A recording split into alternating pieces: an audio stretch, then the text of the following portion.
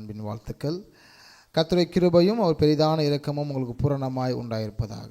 ஹல்லேலூயா.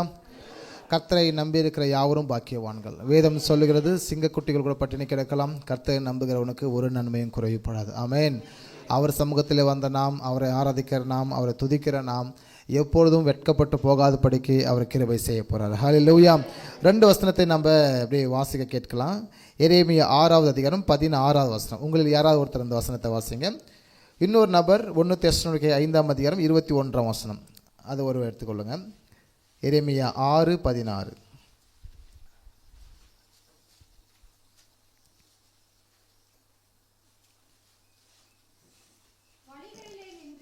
வழிகளிலே நின்று பூர்வ பாதைகள் எவை என்று கேட்டு விசாரித்து நல்ல வழி எங்கே என்று பார்த்து அதிலே நடவுங்கள். சூப்பர். அடுத்ததாக 1 தெசலோனிக்கேயர் 5ஆம் அதிகாரம் 21ஆம் வசனம். எஸ், எல்லாவற்றையும் சோதித்து பார்த்து நலமானதை பிடித்து கொள்ளுங்கள். ஹல்லேலூயா. எப்போதுமே நாம் மறக்கக்கூடாத 2 வசனங்கள். எல்லாவற்றையும் சோதித்து பார்த்து நலமானதை பிடித்து கொள்ள வேண்டும். அதே சமயத்தில் பூர்வ காலத்திலே இருந்த பரிசுத்தவான்கள், தெய்வ ஜனங்கள் எப்படியெல்லாம் கர்த்தருக்காக வாழ்ந்தார்கள் என்று ஆராய்ச்சி செய்து அதன் பிரகாரமாக நாம் கிறிஸ்துவ சமூகத்திலே நம்ம வாழ வேண்டும்.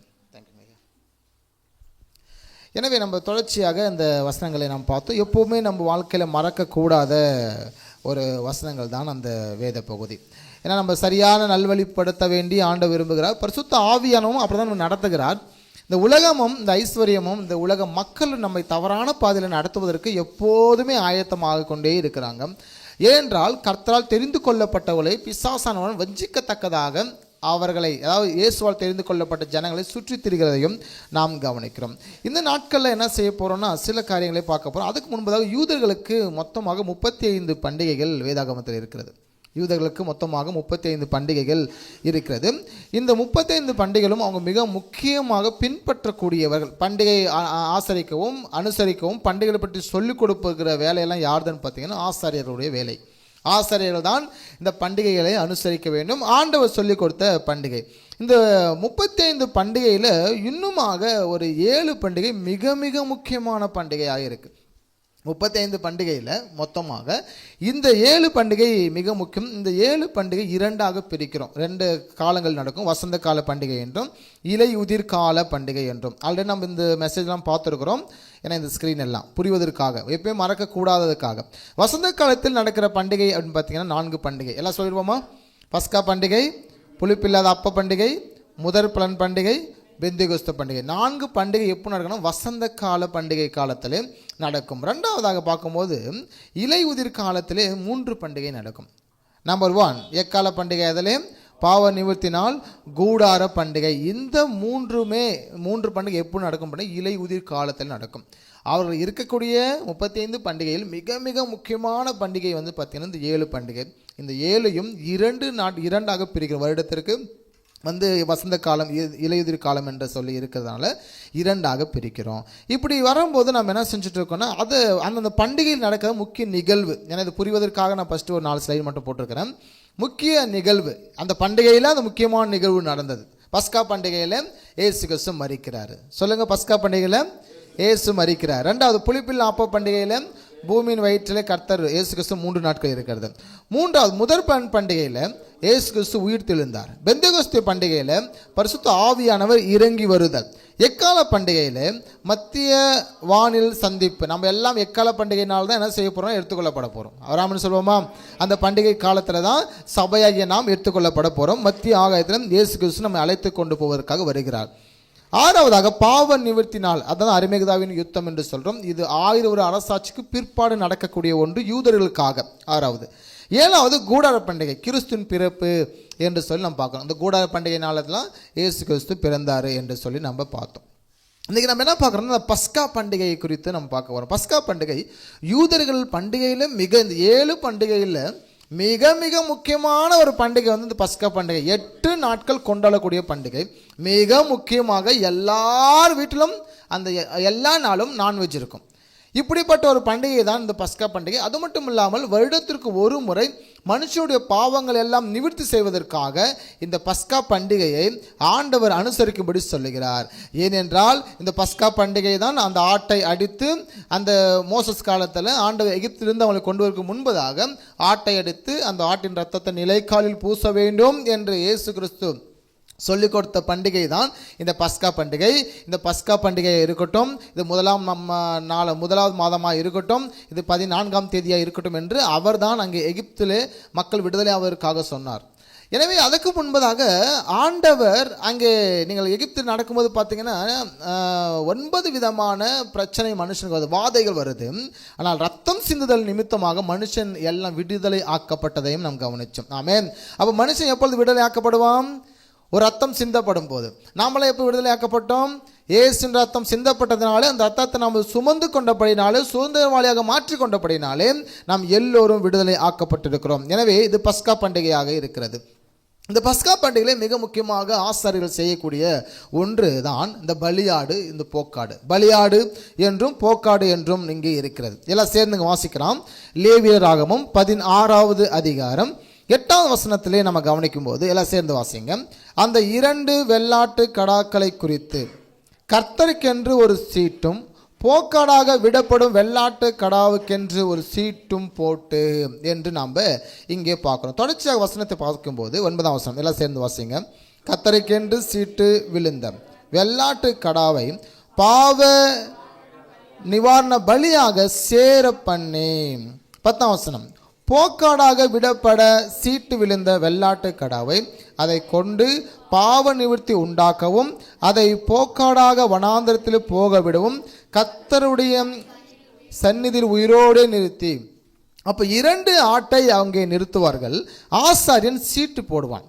சீட்டு போட்டு எந்த சீட்டு ஒரு கை ஒரு ஆட்டு மேலே வச்சிருப்பாரு, எந்த சீட்டு அந்த ஆட்டுக்கு நிகராக வருகிறதோ அந்த சீட்டு விழுந்த அந்த ஆட்டை பலி செலுத்துவார்கள். சீட்டு விழாத அந்த ஆட்டை போக்காடாக விடுவார்கள்.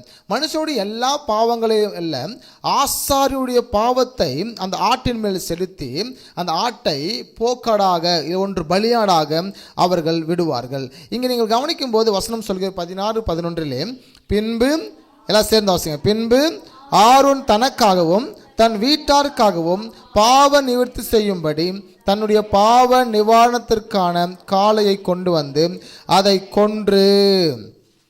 எனவே இந்த பண்டிகை யூதர்களுக்கு மிக முக்கியமான பண்டிகை, ஒரு புனிதமான பண்டிகை. இந்த பலியாடு போக்காடு என்பது மிக முக்கியமாக ஆரோன் தனக்காகவும் தன் வீட்டாருக்காகவும் இந்த பலியை செலுத்த வேண்டும். மற்றபடி வெளில மக்கள் பார்த்தீங்கன்னா நிறைய மக்கள் ஆட்டை பிடிச்சிட்டு வந்திருப்பாங்க. முதலாவது ஆசாரியர்கள் தங்களை பரிசுத்தப்படுத்திக் கொள்ள, தங்கள் ஆசாரிய கூட்டத்தை பரிசுத்தப்படுத்திக் கொள்வதற்காக இந்த பலியாடு போக்காடை முதலாவது அவர்களுக்கென்று, அவர்கள் பரிசுத்தத்திற்கென்று அவர்கள் பலி செலுத்துவார்கள். பின்பு வெளியே போய் கொண்டு வந்த ஆட்டை, கொண்டு வந்த மக்களுடைய எல்லா ஆட்டையும் அவர்களுடைய பாவம் போக்குவதற்காக இந்த ஆசாரியர்கள் பலி செலுத்துவார்கள். காரணம், முதலாவது ஆசாரியன் பரிசுத்தமாக்கப்பட்ட பிற்பாடு பின்பு போய் இன்னொரு நபரை பரிசுத்தமாக்கப்படுகிறதான ஒரு காரியம். இங்கே போக்காடாக வனாந்தரத்தில் ஒரு ஆட்டை போக விடவும், ஆரோனின் தனிப்பட்ட மனிதன் பரிசுத்தத்துக்காக தான் இந்த பலியாடு போக்காடு என்றதான இதை ஆண்டவர் கொண்டு வந்தார். முதலாவது, நீங்கள் குணப்பட்ட பின்பு உன் சகோதரனை ஸ்திரப்படுத்துவாயாக.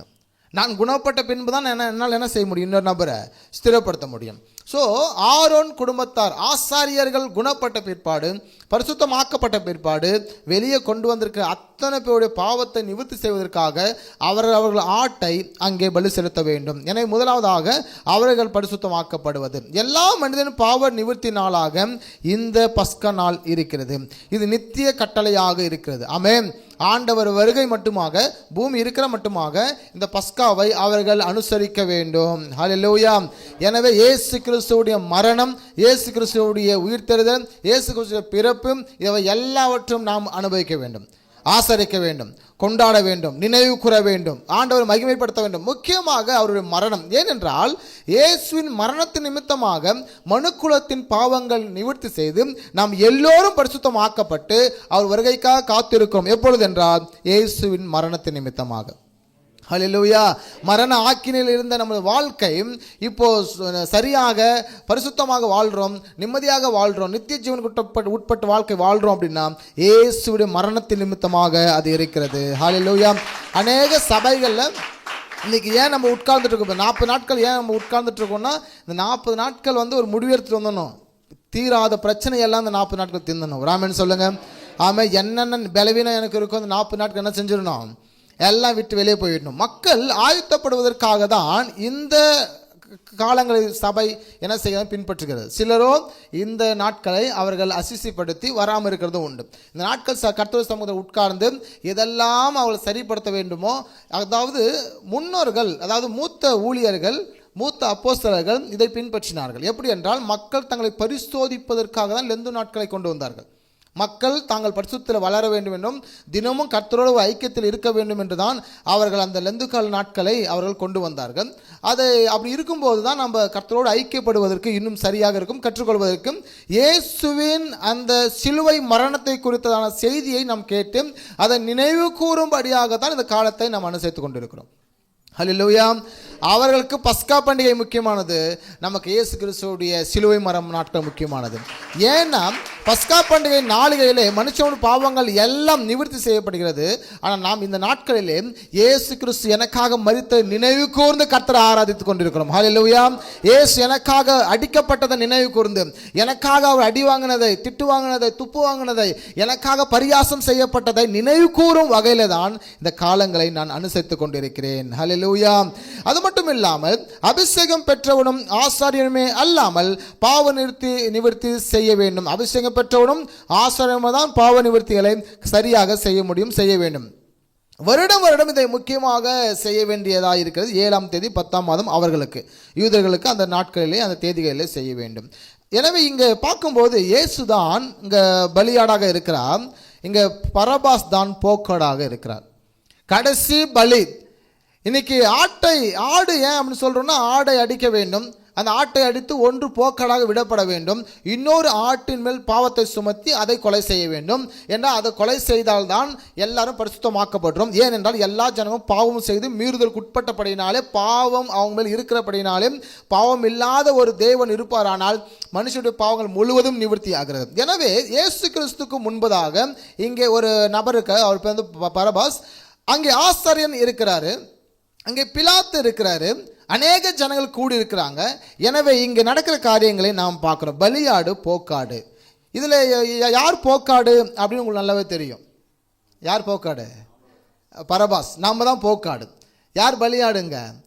ஆண்டவராக இயேசு கிறிஸ்து. இயேசு கிறிஸ்து தான் பாவத்தை சுமந்து கொண்டார், பாவம் பிடித்து கொள்ளவில்லை. பாவத்திற்கு அவ்வளோ பவர் கிடையாது.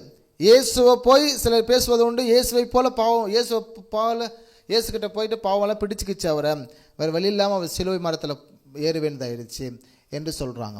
துக்கம் அவரை சூழ்ந்து கொண்டது, அவரை கஷ்டப்பட்டார் அப்படின்னு சொல்லி. பாவம் கிறிஸ்துவை பிடித்து கொள்ள முடியாது.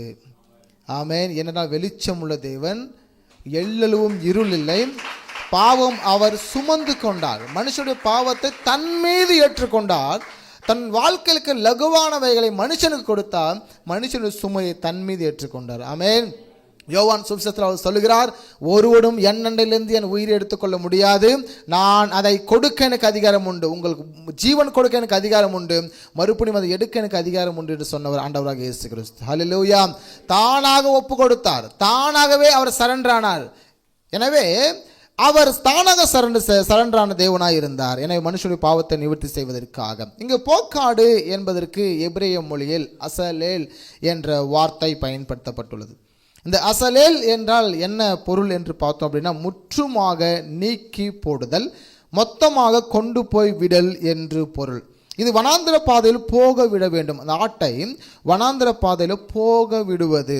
எனவே முற்றிலுமாக நீக்கப்படுதல், மொத்தமாக கொண்டு போய் விடல் என்று அர்த்தம். அது மட்டுமல்ல, பாவ நிவர்த்தி என்ற சொல்லுக்கு கப்பர் என்றதான வார்த்தை பயன்படுத்தப்பட்டுள்ளது. அப்படி என்றால் மூடி மறைத்தல் என்பது ஒரு தொகையை செலுத்தி பாவத்தை மூடி மறைத்து விடுவதாக ஒரு கருத்து இதுக்கு இருக்கிறது. இந்த கப்பர் என்றால் ஏதோ ஒன்றை செலுத்தி நம்முடைய பாவத்தை மூடி மறைப்பது. நமக்காக என்ன செலுத்தப்பட்டது?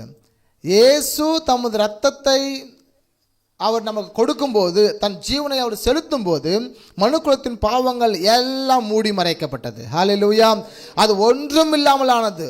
முந்தினோர் இயேசு கிறிஸ்து முன்பதாக மரித்த அத்தனை பேருக்கும், இயேசு கிறிஸ்து பின்பதாக மரிக்க போகிற பிறக்கிற அத்தனை பேருக்கும் இயேசுவின் இரத்தத்தினாலே பாவங்கள் மூடி மறைக்கப்படும். ஆமென். ஆதாம் ஏவாள் செய்த அந்த மீறுதல் மனுக்குலத்தை ஆட்கொண்டு இருக்கிறது. எனவே அந்த ஆட்கொண்ட மனுக்குலத்தின் பாவத்தை நிவர்த்தி செய்ய ஆண்டவராக இயேசு கிறிஸ்து தேவை. எனவே இயேசுவே பலியாடாக இருக்கிறார். இயேசுதான் பலியாடாக இருக்கிறதை நாம் பார்க்கிறோம். இங்கே கவனிக்கும் போது நம்முடைய பாவங்களை நிவர்த்தி செய்கிற கிருபாதார பலி ஆண்டவராக இயேசு கிறிஸ்து. ஆமென்.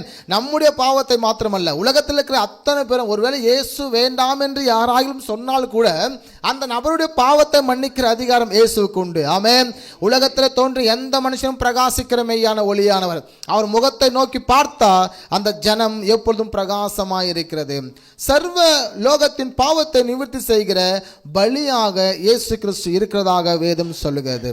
மக்களின் பாவத்திற்காக இயேசுவே பலியானார் என்று இருக்கிறது. ஏனென்றால் இயேசு பலியானதனால் தான் மனுக்குலத்தின் பாவங்கள் நிவர்த்தி செய்யப்படும். ஏனென்றால் அவர் பாவம் செய்யாத ஒரு கடவுள். ஆமென்.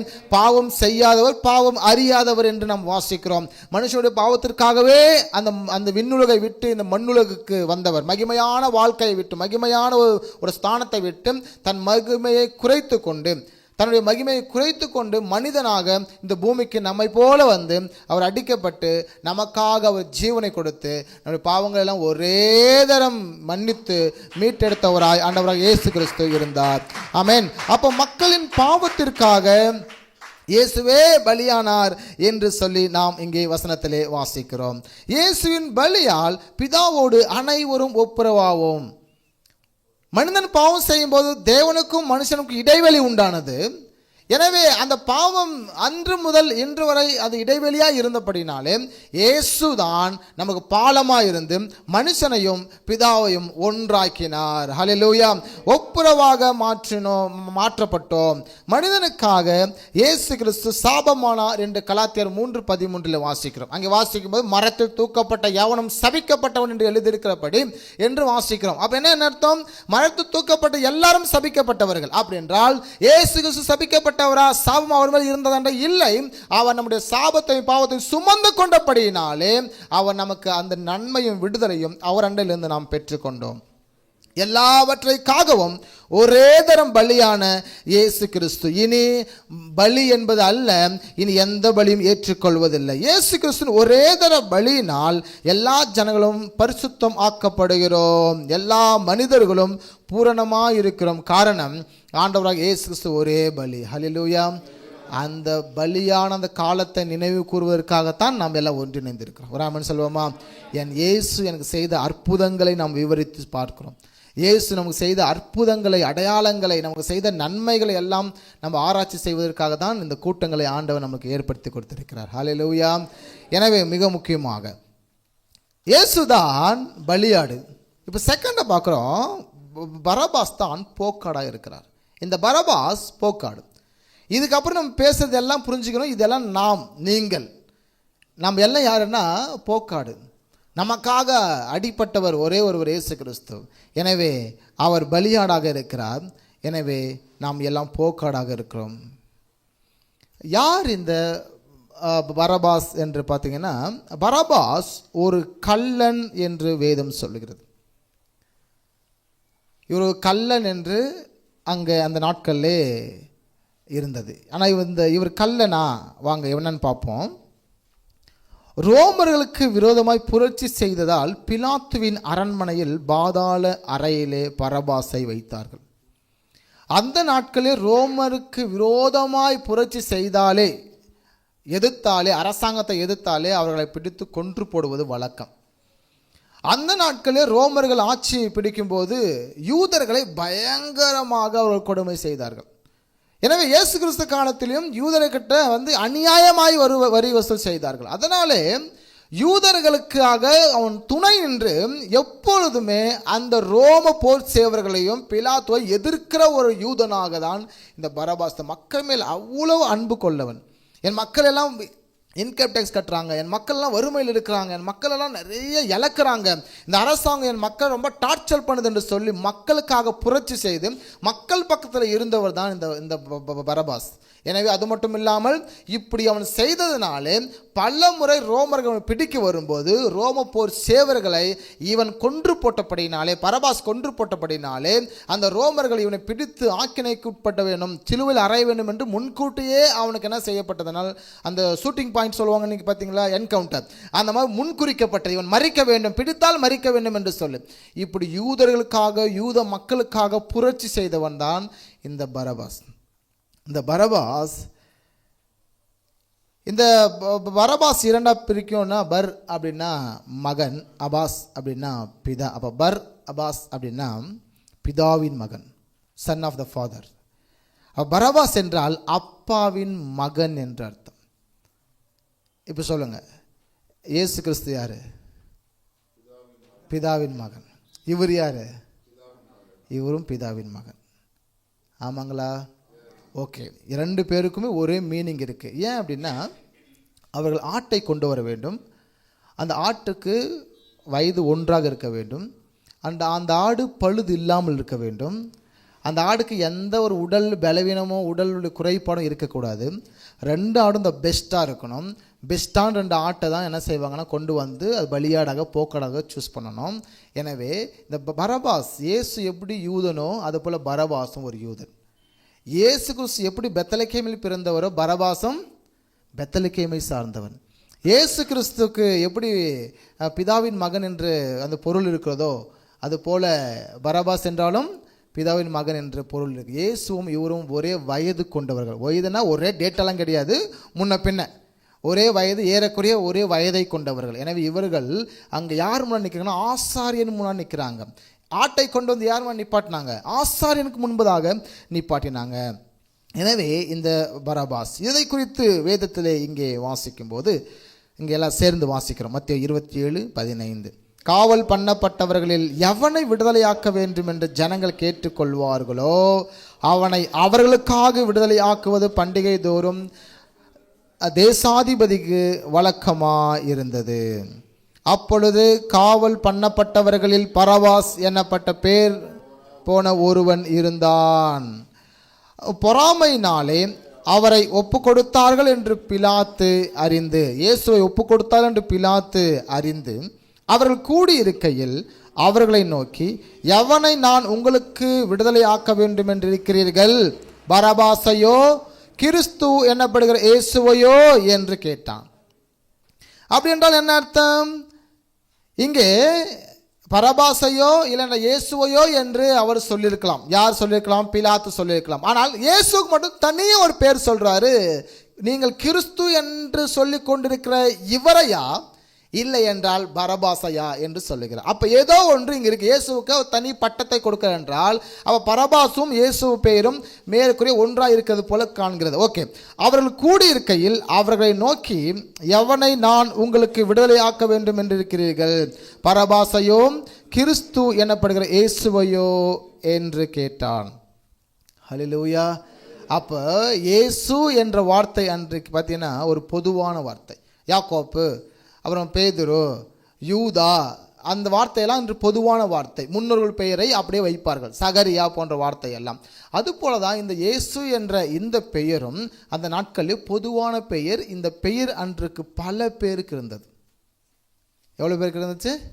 பல பெயர் அந்த பெயரில் இருந்தார்கள். எனவே தான் இங்கே பரபாசுக்கும் மீனிங் என்னதான் பார்த்தோன்னா அப்பாவின் மகன். இயேசு கிறிஸ்துக்கும் மீனிங் என்னதான் இருக்குன்னா அப்பாவின் மகன். இப்போ இரண்டு அப்பாவின் மகன் எங்கே இருக்காங்கன்னா பிலாத்துக்கு முன்னாடி நிற்கிறாங்க. அங்கே சுற்றி ஆசாரியர்கள் நிற்கிறாங்க.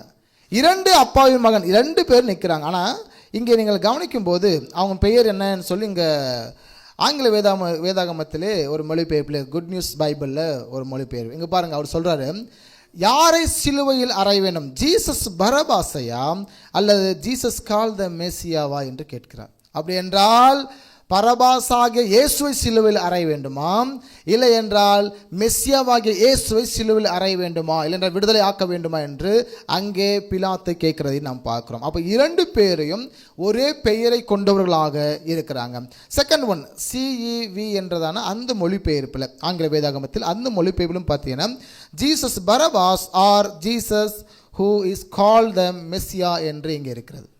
அப்படி என்றால் யாரை நான் சிலுவையில் அறைய வேண்டும், யாரை விடுதலையாக்க வேண்டும்? அப்போது பரபாஸுக்கும் என்னதான் பெயர் இருக்குது என்றால் ஜீசஸ் பரபாஸ் என்றால் இயேசு, அதாவது அப்பாவின் மகன். அவர் சொல்கிறாரு, இவரையா இல்லை நான் மெஸ்ஸியா என்று சொல்லக்கூடியதான இந்த இயேசுவை சிலுவையில் அறைய வேண்டுமா? ஒரே பெயர் கொண்ட ரெண்டு முனியப்பனும் போய் நின்னா போலீஸ் ஸ்டேஷனில் போலீஸ் கேட்குறாரு, அவன் அட்டை பேர் சொல்லி தான் பேசுனான். ரெண்டு முனியப்பன் இருக்காங்கல்ல, எந்த முனியப்பனுக்கு தண்டனை கொடுக்கறது? எந்த முனியப்பன் தப்பு பண்ணியிருக்கிறாரு? கத்தி முனியப்பன் நீயா இல்லை வெட்டு முனியப்பன் நீயான்னு கேட்பார் அவர். ஏன்னா அவன் கத்தி யூஸ் பண்ணியிருப்பான். ஸோ அட்டப்பெயர். இது போல தான் பிலாத்து கேட்குறாரு, ரெண்டு பேரும் ஒரே பேரில் வந்து நிற்கிறாங்க. அப்போ தான் அவர் சொல்கிறாரு, யாரை, பரபாஸ் என்ற இயேசுவா இல்லை என்றால் மெஸ்ஸியா என்று இயேசுவா, யாரை விடுதலை ஆக்க வேண்டும்? இந்த வார்த்தை தான் மொழிபெயர்ப்பு சரியாக இருக்கிறது. நம்மளாம் சேர்ந்து அந்த லைனை மட்டும் வாசிச்சுட்டு போகிறோம். உங்களுக்கு இயேசு என்றதான பரபாஸ் வேண்டுமா, அல்லது மெஸ்ஸியா என்று அழைக்கப்படும் இயேசு வேண்டுமா? அப்போ அவரை கிறிஸ்து மெஸ்ஸியா என்று சொல்லி பிலாத்து அங்கே பேசினதை நாம் கவனித்தோம். இப்போ இரண்டு பேர் இங்கே நிற்கிறாங்க, ஒன்று பலியாடாக, ஒன்று போக்காடாக. எனவே அப்பொழுது அவர்கள் எல்லாரும் இவனை அல்ல பரபாசை விடுதலை பண்ண வேண்டும் என்று மறுபடியும் சத்தமிட்டார்கள். ஆமென். பரபாசை விடுதலை ஆக்க வேண்டும் என்று மறுபடியும் சத்தமிட்டார்கள். அந்த பரபாஸ் என்பவன் கள்ளனாய் இருந்தான் என்று இங்கே நம்ம வாசிக்கிறோம். எனவே சிலுவை, அப்போ அவன் பரபாசுடைய மாநிலை என்னவா வந்திருக்கும்னு நினைக்கிறீங்க நீங்கள்? அதாவது சிறையிலிருந்து கூட்டிகிட்டு போகும்போதே பரபாஸ் மாநிலம் என்ன வந்திருக்குன்னா, நம்மளே தானே செய்ய போகிறாங்க, கொல்ல போகிறாங்க, நம்மளை தான் சிலுவை அறைய போகிறாங்க. அது வந்து தெரிஞ்ச ஒரு விஷயந்தான். ஆனால் இயேசு கிறிஸ்து பக்கத்தில் வந்து நிற்கும் போது அவன் மனநிலை என்ன வந்திருக்கும்? இவர் நம்ம ஊருக்காராச்சே, இவர் நிறைய நன்மை பண்ணவராச்சு. ஒரு முறை இயேசு கூட பரபாஸ் பேசினது உண்டு, நீரும் அற்புதம் செய்கிறீர், நானும் மக்களுக்காக காப்பாற்றுகிறேன். நீரும் மக்களை விடுதலையாக்க விரும்புகிறீர், நானும் மக்களை ரோமர்கிட்ட விடுதலையாக்க விரும்புகிறேன். ஸோ நீங்களும் நானும் ஒன்றா சேர்ந்துட்டோம் அப்படின்னா எப்படியாவது புரட்சி செய்து இந்த ரோமர்கிட்ட இருந்து நம்ம காப்பாற்றப்படுவோம் என்று சொல்லி ஆல்ரெடி இயேசு கிட்ட பேசின ஒரு நபர் தான் நம்ம ஊருக்காரல்ல அற்புதம் செய்தவர். அப்போது இந்த பரபாஸ் பார்க்குறாரு, எப்படியும் தண்டனை யாருக்கு தான் உண்டு? நமக்கு தான் உண்டு. பிலாத்து கேட்குறா, யாரை விடுதலையாக்க விரும்புகிறீர்கள்? அப்போ இவன் மனசு எப்படி இருந்திருக்கும்? எப்படியும் பனிஷ்மெண்ட் எனக்கு தான், இயேசு தான் விடுதலையாக்க. ஏன்னா அவர் அற்புதம் செஞ்சார், அடையாளம் செஞ்சார், நன்மை செய்தார், உண்மையாகவே அவர் கடவுளாக இருக்கிறாரு. எனவே அங்கே மாறிடுது. மாறும்போது பரபாஸ் வாழ்க்கையில் அவன் உடைக்கப்பட்டான். பாவம் செய்யாத இவர் என் பாவத்தை சுமந்து கொண்டார். எனவே வரலாற்று பதிவில் வசனத்தில் இல்லாத ஒன்று இருக்கிறது, சிலுவை மரணம் வரை இயேசு கிறிஸ்துவுக்கு பின் சென்று போனான் பரபாஸ். இப்படிப்பட்ட ஒரு சம்பவம், மரிக்க வேண்டிய நான் மரிக்காமல் தப்புவிக்கப்பட்டேன், மரிக்காமல் தப்புவிக்க வேண்டிய அவர் மரித்தாரே, இது என்னவா இருக்கும் என்று ஆண்டவர் ஒரு வார்த்தை சொல்ல என்னை ஏற்றுக்கொள்ள என்று சொல்லி, ஒரு வார்த்தை சொல்ல என் பின்னாடி வான்னு சொல்லி, ஒரு வார்த்தை சொல்ல ஊழியம் செய்ய என்று சொல்லி, ஆனால் அவன் முழுவதும் தன்னை ஒப்பு கொடுத்து சிலுவை மரணம் வரை இயேசு கிறிஸ்துவுக்கு பின் சென்று போய் சிலுவையில் அடைந்து அவரை எடுத்து அடக்கம் பண்ணுகிற வரை இந்த பரபாஸ் இயேசுவோடு கூட இருந்தான். வரலாற்று சொல்லுகிறது, இந்த பரபாஸ் இயேசு கிறிஸ்துவுக்காக ஊழியம் செய்தவன். இந்த பரபாஸ் அந்த 500 பேர் இருக்கும்போது இயேசு கிறிஸ்து எடுத்துக்கொள்ளப்படும் போது 500 பேர் மத்தியில் ஒரு நபராக பரபாஸ் இருந்தவன். 120 பேர் மேல் வீட்டு அறையிலே பரிசுத்த ஆவியானவருக்கு முன்பதாக உட்கார்ந்து அந்த வருகைக்காக காத்திருந்தார்கள். பரிசுத்த ஆவியான வருகைக்காக அந்த 120 பேரில் ஒரு நபர் தான் இந்த பரபாஸ். இந்த பரபாஸ் இயேசு கிறிஸ்துக்காக ஊழியம் செய்து இரத்த சாட்சியாக மரித்தான் என்று வரலாற்று பதிவிலே கையேடுகளிலே எழுதப்பட்டிருக்கிறது. அப்போ இயேசு கிறிஸ்துவுக்காக ஊழியம் செய்து மரித்தவன் தான் இந்த பரபாஸ். அதுவரை மக்களுக்காக துணை நின்று மாம்சத்தில் யுத்தம் செய்தவன், அதற்கு பிற்பாடு மக்களுக்காக துணை நின்று ஆவிக்குரிய யுத்தம் செய்தான். ஆமென். யூதனாக இருந்தவன் கிறிஸ்தவனாக மாற்றப்பட்டான். உலகத்தில் எப்படியாவது மக்களை நேசித்து விடுதலையாக்க வேண்டும் என்று எண்ணின அந்த பரபாஸ் இயேசு என்ற தெய்வத்தை சொல்லி அவங்களுடைய ஆத்மா, அவங்க கட்டுகள், பாவ கயிறுகள், சாப கயிறுகள் எல்லாத்தையும் விடுதலையாக்கக்கூடிய ஒரு மிக பொறுப்பில், முக்கிய பொறுப்பில் இந்த பரபாஸ் இருந்தான். ஆமென். லாஸ்டாக உங்கள் ஸ்க்ரீன் இல்லைல்ல, ரைட். இயேசுவுக்கும் பரபாஸுக்கும் இருக்கிற வேறுபாடுகள். இயேசு கிறிஸ்து அவர்தான் அங்கே 2 ஆட்டில் ஒரு ஆடு, அது அவர்தான் பலியாடு. பரபாஸ் யாரு? போக்காடு. Okay, super. இயேசு கிறிஸ்து பாவ சாபத்தை சுமந்து கொண்டார். ஆனால் பரபாசோ பாவ சாபம் அவனுக்கு நீக்கப்பட்டது. இயேசு கிறிஸ்து பிதாவின் குமாரன், பிதாவின் மகன். ஆனால் பரபாசுடைய பெயரும் என்னதான்? பிதாவின் மகனாக இருந்தது.